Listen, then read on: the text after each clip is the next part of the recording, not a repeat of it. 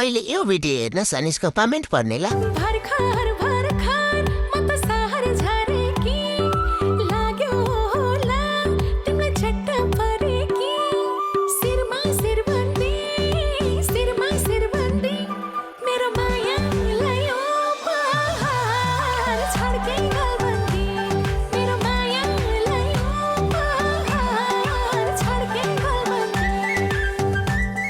तो चलिए शुरू करते हैं। भाइ तिमीलाई मिन्स हुन सुरु भयो नहीं